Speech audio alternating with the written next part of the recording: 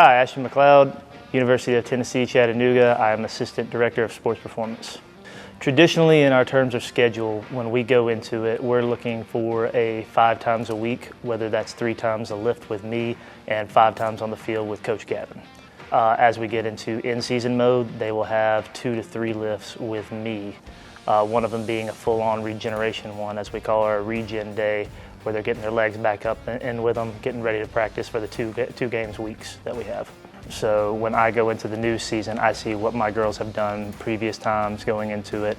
Most of my girls going into the off season, they're on a club team. So I take that into consideration about their conditioning. Are they only going to do this many lifts? As long as they send me their schedule, we're going to make sure that we do this many lifts into it. I'm not so worried about their conditioning because they are playing. But when they are not doing it on a club team, it's 3 times the lift, 2 times the conditioning. Then we flip-flop the next week, we invert it. We'll go 3 conditioning days, 2 lifting days. Especially in off-season, I'm more worried about your strength and power build-up than I am about your endurance. Their endurance will come in when practice season comes into it. I just have to make sure you're ready for Gavin on day 1. I've adapted this saying we want to be a 110-minute team because there's a 90-minute one plus 2 10-minute overtime periods. We've had experience in the past where we've done the 90 minutes, but when we've gotten to that 10-minute one, we have lost it. So now we've tried to be a 110-plus minute team. That's a goal with us. We want to make it to a PK, and we're the ones that we're going to actually defend, be more physical, be the better physically fit team. And, you know, I like to tell them be bullies every now and then.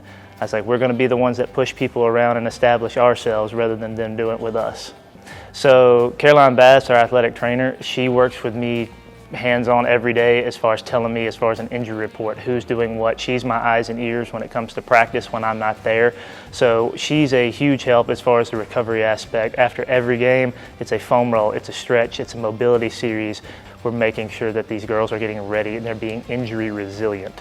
So they can lift all the weight they can, but if they're not doing what they're supposed to do on the field as far as recovering and taking care of themselves, also with nutrition, goes hand in hand. If they go do well with the athletic training and nutrition, mine's the easy part. We are a tough, resilient, and gritty type team. I push them every single day. They will work hard. They may not look like they're, you know, all happy-go-lucky, but when it comes to the weight room, they put their heads down, they work.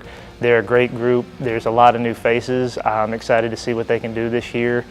It's going to be a good one, and we'll see if we can be that 110-minute team.